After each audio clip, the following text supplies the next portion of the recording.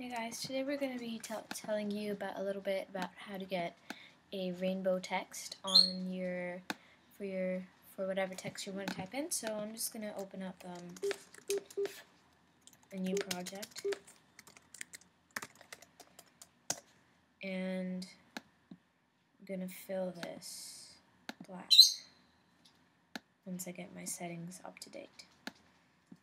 Okay, so just fill this black here, pitch black, and add your text.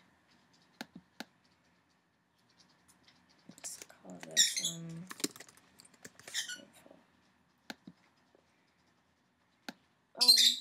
and make it a really goofy font. I'm just gonna change the color to white.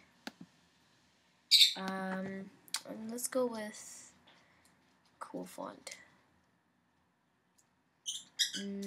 Okay, this is one of my favorite fonts. It's called The Grunge. You can download it at thedefont.com. There.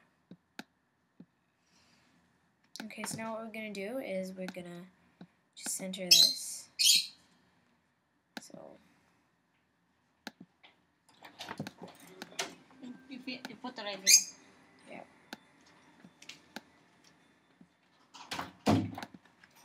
And we're going to go control layers. And we're going to right click on that, and we're going to make it alpha 2 selection. And then we're going to delete this layer. So now the layer is gone, but you have these squiggly lines. And so now what we're going to do is we're going to open a new layer. Let's call it Gradient. Okay.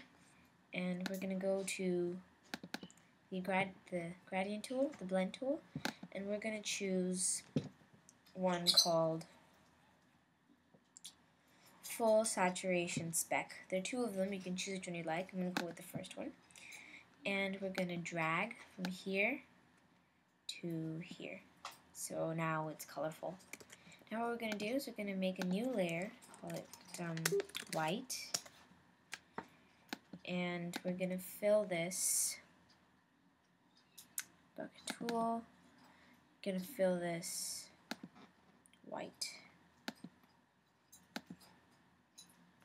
And now we're going to make another layer, call it black, and we're going to fill this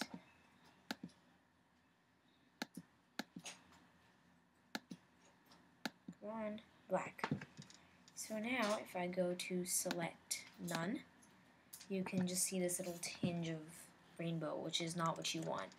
So now I'm going to click on this little eye, so you can't see any of these two layers, and instead you can just get this clear, really pretty rainbow. So now what we're going to do is we're going to go filters, blur, Gaussian blur for an extremely pretty blur, and we're going to just go 10, 10. Now you don't have to do this, you can stop there, but I like to make mine a little prettier.